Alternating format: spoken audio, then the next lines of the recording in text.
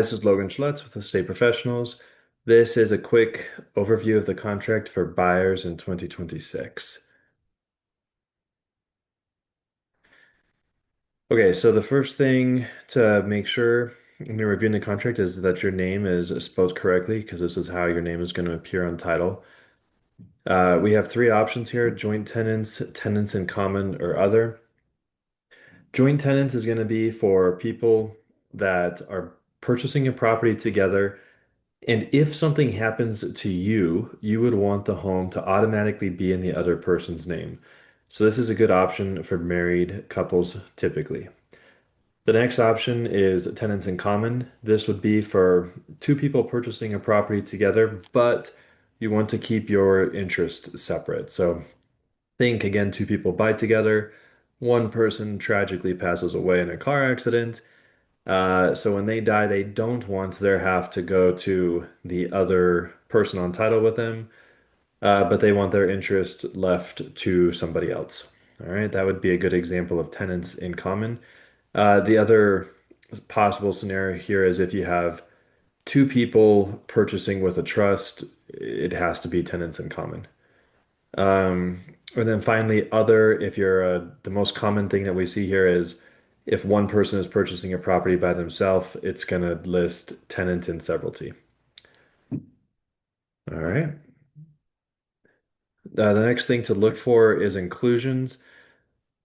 So by default, you have a few things that are going to be included. That's going to be here in section 2.5.1, lighting, heating, plumbing, ventilation, air conditioning, um, TV antennas, inside telephone, network and coaxial wiring and connecting blocks, jacks, plants, mirrors, floor coverings, intercom systems, built-in kitchen appliances, sprinkler systems and controls, built-in vacuums, including accessories, and any garage openers will specify an amount, such as two.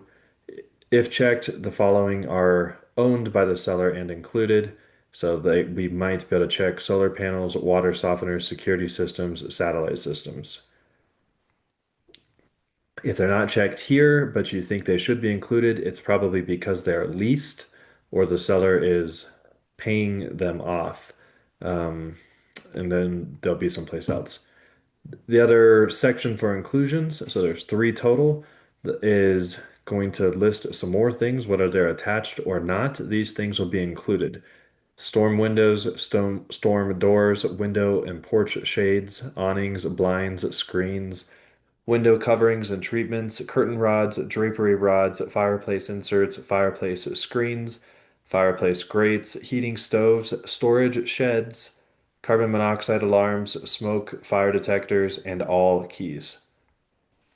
Then 2.5.3, if this is a section where I'll write in anything else that should be included with the property. So the most common things to see here are refrigerator, dishwasher, stove, range, oven, microwave if it's not one that sits on a counter but is like built in, clothes washer, clothes dryer. So check this to make sure it matches with what you think you're buying. Section 3 is one of my favorite sections of the contract because it's a good summary of the dates and deadlines, and your rights to cancel the contract and get your earnest money back if you decide not to buy the home. So let me start off with item two so that the rest of this makes sense. Item two is the alternative earnest money deadline. The alternative earnest money deadline, that means the deposit. So typically you're going to bring an earnest money deposit within 1 to 3 business days of going under contract. That deposit is typically going to be 1 to 2% of the purchase price of the home, and it is going to be refundable in the following circumstances. So for these dates and deadlines, our time of day deadline is going to be 7 or 8 p.m. typically. In other words, for these deadlines, which you have to meet in order to be able to cancel the contract and protect your earnest money, we will need to take action before, let's say, 8 p.m. time of day deadline. So I'm going to skip around here. Um,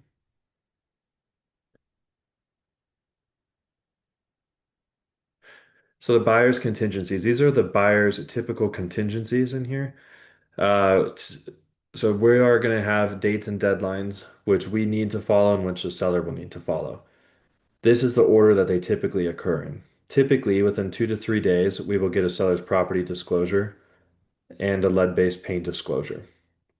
Within 5 to 7 business days, the title company is going to send us a title commitment. The title commitment is your opportunity to make sure that you are getting good and clean title. If you're not or have concerns, there will be an opportunity for us to object and have the seller participate in correcting that issue, or for you to terminate and get your earnest money back. The new loan terms deadline will happen within about 5 business days. This is your ability to approve of your loan and make sure that you're comfortable with the payment, interest rate, closing costs, etc. If you're not, there will be an opportunity for you to cancel your contract and get your earnest money back. In some cases, we may ask the seller to give us some due diligence items. These are typically going to be things like utility statements, warranties that are currently in effect, previous inspections reports, water quality tests, if there's a well, water potability tests, engineering's reports, etc. If we have an issue with the due diligence, there will be an opportunity for you to object um, or to terminate. Then we have inspection, objection, termination items. This is typically going to happen within 7 days of going under contract. It may take longer if we have specialty inspections, which we need to conduct, such as asbestos testing. Um, Appraisal will typically happen within 15 business days, just because there's a shortage of appraisers in Colorado, so it takes a little while. Insurance termination deadline, your ability to approve of the insurance types which may or may not be available to you within 15 to 16 days. And then new loan availability. This is your deadline by which you need the loan to be totally approved. So the lender has no more contingencies. And they say all you have to do is show up to closing and we'll have the money ready to go for you.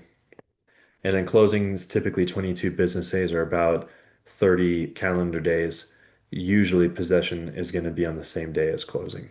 So I'm going to go through each of these contingencies and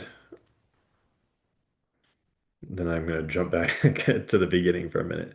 So loan contingencies, just these are things that help the buyer understand the different protections that they have. New loan terms. So the new loan terms is again the buyer's ability to determine in their sole subjective discretion. This is the language from the contract. Whether the new loan payments, so the new loan that you're taking out, the interest rate, conditions, closing costs, or any other loan terms are satisfactory to the buyer. This condition is for the sole benefit of the buyer, and the buyer has the right to terminate on or before the new loan terms deadline if the terms are not satisfactory to the buyer, again, in the buyer's sole subjective discretion. Um, so again, this occurs about 5 days after we go under contract because ideally we've already been pre-approved before we started shopping. So we kind of have an idea of what it looks like, but after we go under contract, we can lock in the interest rate and you know exactly what things should look like. Then you have about 5 days to decide if you're comfortable with that. Then the other loan deadline is going to be the new loan availability deadline. Again, this one occurs, so while this occurs towards the beginning, new loan terms, the new loan availability occurs towards the end. And this is essentially just our deadline to get the loan totally approved, meaning again that the lender has no more conditions. We've received the appraisal. After this point, we're just waiting to show up at closing.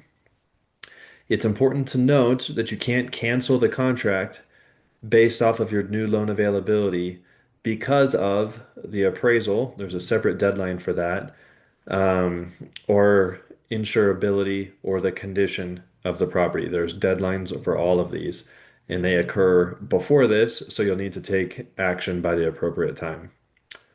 If, however, we cannot get the final loan approval by this deadline, you have the ability to cancel. So the next up, again, this occurs about 3 weeks in, is the appraisal. So if we're getting a conventional or other type of loan and the appraisal comes in at less than asking price, then, or we just don't get the appraisal in time, the buyer has the ability to object. Um, so typically, if the appraisal comes in less than asking price, we'll object. and ask the seller to reduce the purchase price. We'll need to do that on the appraisal objection deadline, and then we'll have until the appraisal resolution deadline to work out an agreement with the seller. So typically, the seller reducing the purchase price. If the seller is unwilling to reduce the purchase price, the buyer does have the ability to bring the difference. So, for example, if you're buying $1 million property, but it appraised at 950,000, and the seller says, "I'm unwilling to reduce it to 950,000," then on the appraisal resolution deadline, the contract would terminate, and the seller would need to release the earnest money back to you. If you still wanted to buy the property anyways, then you could agree to bring the difference, in this case, the $50,000 in additional cash to closing. This would be in addition to your closing costs and your down payment money that you were already planning to bring. Um, that's about it. Oh, sometimes buyers ask if the appraisal comes in higher than asking price, then you are not required to disclose that. If you're getting an FHA loan, you are not able to lose your earnest money. Um, if the property doesn't appraise, and essentially the same with a VA. Or if you don't get the appraisal back by the appraisal deadline or the appraisal objection deadline. Sometimes the appraisal may list conditions, in other words, items that need to be fixed with the property, in order for you to close on it.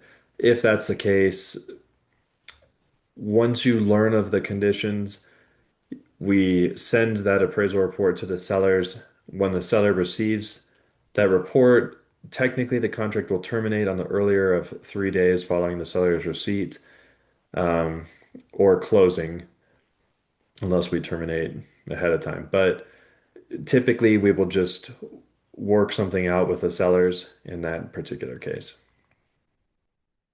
If you're buying a home with an HOA, the seller is going to provide the following documents listed here in 7.3.1 through 7.3.6. So it's going to be all association documents, declarations, articles of incorporations, bylaws.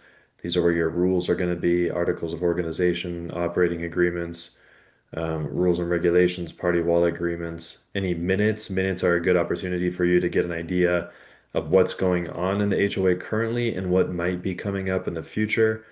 A list of all HOA insurance policies as provided in the association's last annual disclosure, including but not limited to property, general liability, association, director and officer, professional liability, and fidelity policies.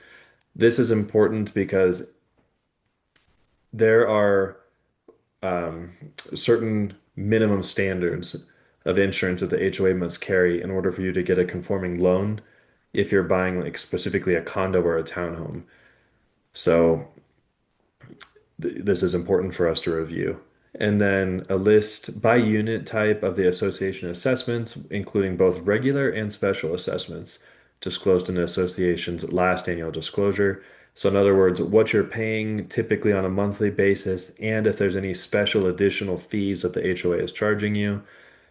The association's most recent financial documents, and then it lists them all. But this is a good place to see how financially strong the HOA is.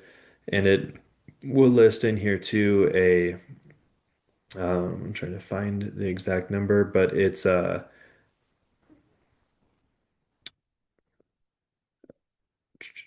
if I can.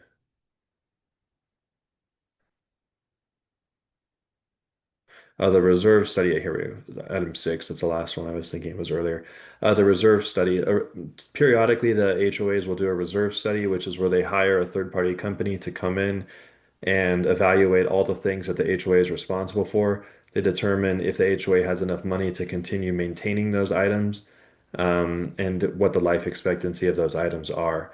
In some cases where where the reserve study determines that the HOA doesn't have enough money to take care of the state of the building, you might presume from that that HOA fees will need to increase in the future. And then 7.3.6, it talks about any construction defects. So if there was a lawsuit that was brought, claiming construction defects, then sometimes that will preclude a buyer from getting a loan on the property. If any of that information makes you not want to buy the property, you have the right to cancel, again, in the buyer's sole subjective discretion. Likewise, if the seller doesn't provide these documents to you by the deadline, then you will have 10 days to terminate the contract if you find something in them that you don't like, and that 10-day clock starts after you receive them. The next contingency that we're going to have is a title contingency. So this is where we're making sure that we're getting good and clean title. The seller is going to provide title insurance to you, the buyer, at the seller's expense in almost every circumstance. When we go under contract, you're going to get something called a title commitment. And the title commitment is essentially the title insurance company saying, we will provide title insurance to you, the buyer, on the day of closing. The seller will need to do XYZ. These will be listed off in a section called the requirements. And they're going to say these are the things that we will not cover. And the things that they will not cover tend to be past conditions. So kind of like a health insurance plan. Um, and you have the right to go through and review each of those conditions and determine whether or not you are comfortable with them or not. A good example of this might be covenants for a neighborhood. So covenants will typically say this neighborhood has to be used for residential purposes, not business purposes, and they might have a list of other rules that are kind of tied to the land. This is not the same as an HOA, but anyways, you'll have the opportunity to review all of these conditions and make sure that you're comfortable with it. Typically, the seller will also include owner's extended coverage, and this is going to additionally protect you from anything that's not recorded. So, unrecorded easements, survey matters, unrecorded mechanics liens. An example of a unrecorded mechanics lien that could come up is during the process of your inspection, you find out that the roof is bad. The seller agrees to replace it as part of our inspection negotiations. Seller mails a check to the roofer, but the roofer never gets it. So after closing, the roofer files a lien. Well, in that case, you will go ahead, file a claim with your title insurance company. They will pay off the mechanic's lien against your home and probably go and sue the seller. It'll also cover unpaid taxes, assessments, which may have not been recorded at the time of closing. So this is typically going to be paid by the seller. It's a nominal fee for owner's extended coverage, usually between 75 to a couple $100. So again, you have the right to object. Um, there's also an off-record title deadline where the seller will deliver any copies of existing surveys that they might have in their possessions, liens with or without limitation, government improvements, approved but not yet installed, and any other title matters not shown by public records of which the seller has actual knowledge. One thing to keep in mind as we go through this title process, and I will help you with this, is that we will get a tax certificate. And a tax certificate sometimes might indicate that you are in a special taxing district. You can find more information on this in section 8.4 of the contract. But essentially, a special taxing district, an example of this is a metro district. And in many newer subdivisions in the Front Range, have these. So by newer, I mean like early 2000s and up. And what happened here is the builder that built this neighborhood determined that they would be able to build it cheaper if they didn't have to put in sidewalks and street lights and fire hydrants and so on and so forth. So somebody else paid for that. In many cases, the government took out a debt for it. And in order to repay themselves for that debt, they increase the property taxes, and it's often substantial, closer to like 1% of the purchase price. Um, so the taxes might be twice as much as you would find in an older, maybe 1980s, 1990s, 1970s, so on and so forth neighborhood. A lot of times the sellers don't know that they're in the special taxing district or their agent didn't list it in the MLS correctly, so it comes as a surprise. And the way we find out that it's in a special taxing district is on a tax certificate where it will list where all of your property taxes are going. The other thing the property tax certificates will show is any discounts the seller might be receiving. So in some cases, the property taxes look really low, because the seller might have a gold star or a senior exemption discount tax. Um, you will not probably receive that discount when you purchase the property. So your taxes will go up, meaning your payment might be higher than expected. So if any of that is true and you do not wish to proceed with the contract, you can terminate or object based off of the information in the tax certificate. Again, this just lists your right in your sole subjective discretion based on any title matters, including those on a record title deadline, that is your title commitment, your title insurance, the off-record title, or the tax certificate, or even the transfer of title, which we'll see in some other section. So other deadlines that we have is seller's property disclosure. The seller is by the contract required to give you a seller's property disclosure, where they need to disclose anything that they know to be wrong with the property. And section 10.2 indicates that even if they're not providing the seller's property disclosure, they still need to disclose any adverse material defects. Um, In the event that the seller learns of a new adverse material defect after the seller's property disclosure deadline or before closing, they still need to disclose that to you. And once they have, you have essentially 5 days or closing, whichever comes sooner, to terminate the contract. We will have an inspection contingency in here, so you will have the right to inspect the property by, it can be by yourself, by a third party, or both. And you've got the right to inspect the property, any leased items or inclusions that are included with the property. And here it lists out everything that you can inspect, but I'll just go through them. It says the physical condition of the property, including but not limited to the roof, walls, structural integrity of the property, the electrical, plumbing, HVAC, and other mechanical systems of the property. Two, the physical condition of the inclusions and leased items. Three, service to the property, including utilities and communication services, systems and components of the property, for example, heating and plumbing, any proposed or existing transportation project, road, street, or highway, or any other activity, odor, or noise, whether on or off the property, and its effect or expected effect on the property or its occupants, where it might be unsatisfactory in the buyer's sole subjective discretion, then you can terminate or ask the seller to help make repairs. Now, the seller is not required to make repairs. Um, However, if you object, there's a resolution deadline by which you have to come up with a mutual written agreement with the seller. If you can't come up with one that's satisfactory to both of you, the contract will automatically terminate on that resolution deadline, and you will be entitled to your earnest money back.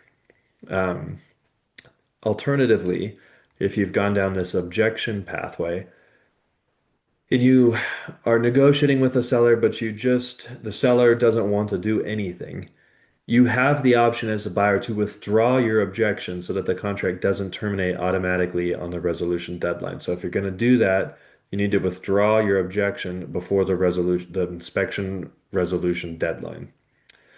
In that case, you're essentially accepting the property as is, and you can continue with the purchase. Otherwise, if you do the inspection and it's just so awful that you just don't want to continue with the process whatsoever, provided that you have not objected already, you can terminate. So typically our inspection objection and termination deadlines are the same day because when we get there, it's pick a path, either terminate outright or object. Then we have a insurance contingency deadline. This is one of our strongest blanket contingencies as a buyer. I like to have these after the appraisal deadline because sometimes the appraisal reveals new information that might affect our insurance. So let's see what this section says.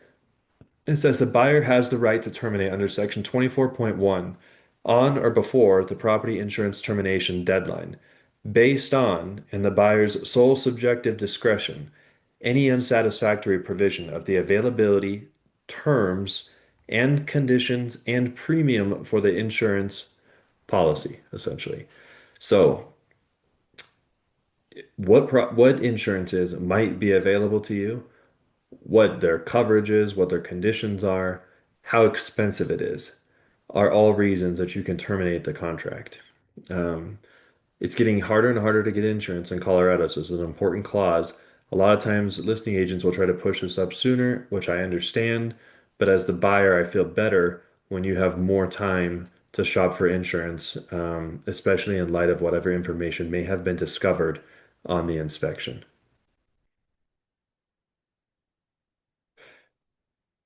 Due diligence. Sometimes we will ask the seller to provide additional due diligence documents. These are documents that help you make an informed decision as a buyer. If the seller fails to provide or the documents are unsatisfactory to you, you have the ability in your sole subjective discretion to cancel the contract, or to terminate. Here are some things that the seller is required to provide as part of their due diligence if they exist. This should have a 1 in front of it, so reference section 10.6.1.1.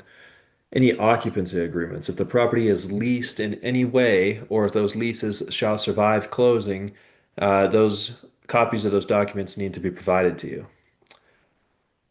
Leased item documents. So if you have any inclusions, personal property that will be transferred to you, the buyer at closing, but they are leased, copies of those lease agreements need to be provided to you. Encumbered inclusion documents, these are any items that are encumbered. So think like a solar panel that's not owned, but the sellers are paying it off over time. They would need to provide those documents to you. Again, solar power plans would need to be provided to you. Um, in most counties, but especially in Boulder County, when you sell a property that has a septic tank, the county requires you to get a septic use permit. It's called a smart septic permit in Boulder County. And essentially, what happens is the seller pumps a septic system, has it inspected, and sends that report into the county to get the septic use permit. Um, so that is required for the seller to furnish and pay for that now in 2026. I think that started in 2025, if I recall correctly. Oops, excuse me. Last item, excuse me, sorry about that. Let me move this out of my way. Other documents, sometimes I will write in additional documents that we would like to receive from the seller. For example, I like to include previous inspection reports, copies of insurance claims, whether paid or unpaid, water tests, water potability test if there's a well, utility statements if you'd like to get an idea of the average utility cost, any warranties currently in effect. I like that because sometimes you do your inspection and something unexpected comes up, and it just gives us a potential extra tool to remedy the situation.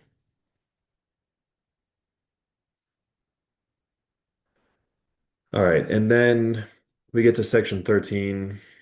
And we're kind of past the contingencies, so I'm just going to go back to before we started the contingencies, and I have a couple other things that I'd like to point out earlier in the contract. So we've made it through our dates and deadlines. Section 3.3.3, if you're working with me, I'm going to check the deadlines will extend if they fall on a federal, state, holiday, or weekend. That's because in many cases it is not possible for us to act on our obligations in the contract if title companies, banks, or insurance companies are closed. Um, Section 4 is going to have the price that we are offering on the home. It will indicate the earnest money, the amount of money that we will need to bring within 2 to 3 days of going under contract. Your new loan amount, make sure this is correct. And then your cash at closing should equal your purchase price less your earnest money less your new loan. Typically, we are not dealing with assumptions, private financing, or seller financing, so 4, 5, and 6. Um, if you are planning to put more down than is indicated in your cash at closing, that is typically okay. What we do not want is to indicate that we are bringing more money to closing, then we have the ability to. Your cash at closing is just talking about the purchase price, less the earnest money, less the lender's loan amount. In other words, essentially the amount of money you are putting down. It does not include um, your lender's closing costs, so keep that in mind. Section 4.2 is seller concessions. If we are asking that the seller contribute money towards points, interest rate buydowns, closing costs, loan origination fees, etc., this is where we write that into the contract. It's section 4.2. So if you are expecting that the seller will contribute funds towards your lender's closing costs, make sure that that's listed here. Um, and then again, 4.4.3, again, like I was saying, uh, we do not want to indicate in the contract that we are putting down more money than you have available. So typically, I'm going to check that does have funds that are immediately verifiable and available. A situation where I might check does not is if you need to sell a property in order to close on this property. Okay. In section 4.5.3, I'm going to check the type of box that you are getting. When I'm writing contracts, I like to check one or maybe two, but it is not my practice to check multiple boxes because ideally we have kind of zeroed in on what type of loan we want up front. And then if we need to make a change, I prefer to do that with an amendment later.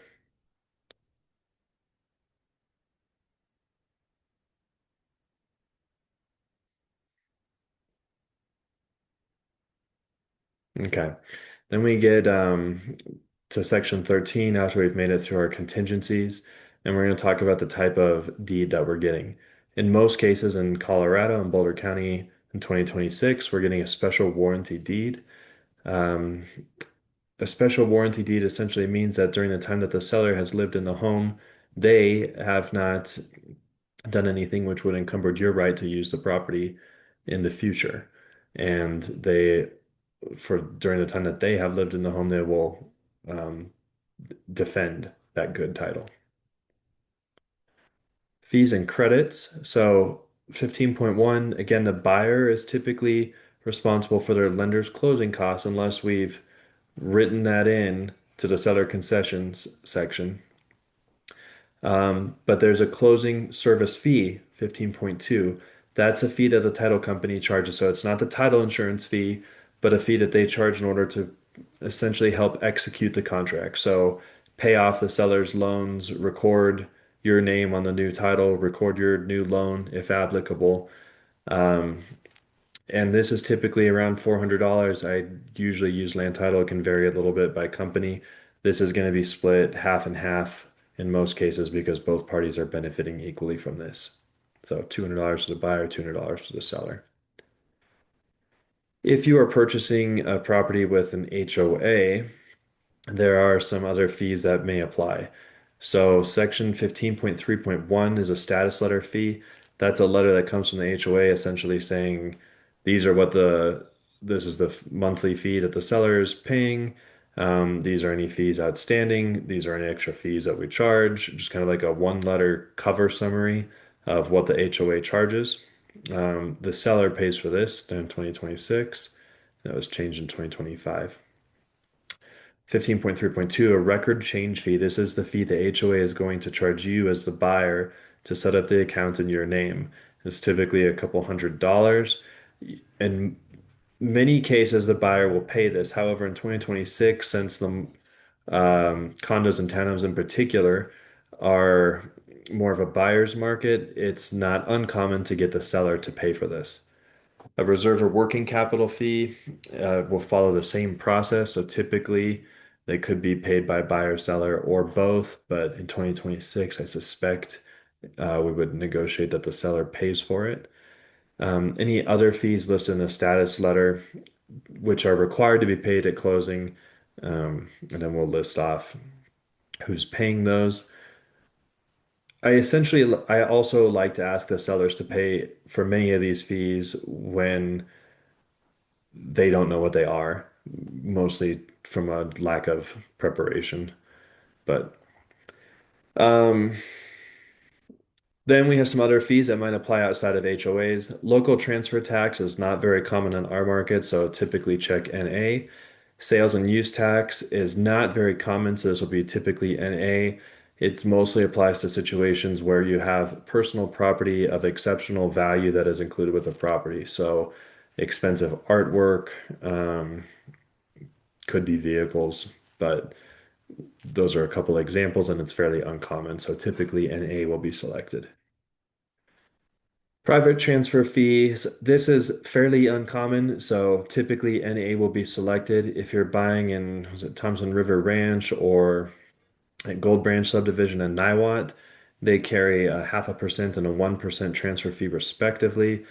Uh, Essentially, they have like HOAs or metro districts that charge 0.5% or 1% of the purchase price of the home, and that's paid as a fee at closing, and it goes back to the developer or the HOA, respectively. Most neighborhoods do not have this. 15.7 water transfer fees. For the most part, in our market, water transfer fees are not common, so NA is typically selected. And if there are any utility transfer fees, those are typically paid by the buyer, so we check the buyer's box. Um, 15.9.1 and 15.9.2 apply more to the sellers, the fees they would pay if they're a foreign person for U.S. income taxation purposes, or if they're a non-resident of the state of Colorado selling a property. 16, this refers to a credit that you will receive at closing. So you're going to receive a credit for taxes. If you close, for example, on June 1st, you will have owned the property for about half the year, so June 1st to December 31st. However, in the year 2027, you will receive the entire tax bill for 2026. Obviously, that wouldn't be very fair because you only own the home for half the year. So the way we deal with that is we ask the seller to give you a credit. And the title company will calculate based off of the most recent mill levy and most recent assessed or actual valuation per the county assessor, uh, what that per diem tax should look like. And you'll receive that as a credit on the settlement sheet, which I will verify to make sure is correct. If you are getting a loan and your payment is going to include property taxes and insurance, then typically that credit will actually go to your lender. They will hold it so that when your lender makes the payment on your behalf in 2027, that they will have enough funds to make the entire payment. If the property is currently rented, I will check the accrued box, meaning that any rents that should have been paid to the seller. So if you close, for example, on June 5th, but rent was due on the 1st, then the seller is going to give you a credit for that 25 days of rent. So from the 25th to the 30th. And they will keep the 4 days that they own the property for. Section 16.2, we'll check this buyer box. This refers to any special assessment. So if you're buying a property that has a HOA and a special assessment is put in place before closing, then this says that the seller will pay for that special assessment fee versus you. And then finally, um, this is gonna this is a portion of the contract where we are asking the seller to pay my compensation as your buyer's agent. So we'll check 29.1. The seller's brokerage firm is going to pay the commission, and I'm going to list the percentage or the price that we have agreed on in our buyer agency. And then finally, I have a post-closing occupancy box here to check if you are purchasing a property and the agreement is that the seller will be stay in the property sometime after closing, not to exceed 60 days, especially if you're getting a primary residence loan. Then we will draft a separate document, which is like a simple lease agreement that will accompany this contract. By checking this box, we make it part of the contract. And those are the highlights. So if you have any questions, feel free to call me, text me anytime. Thank you.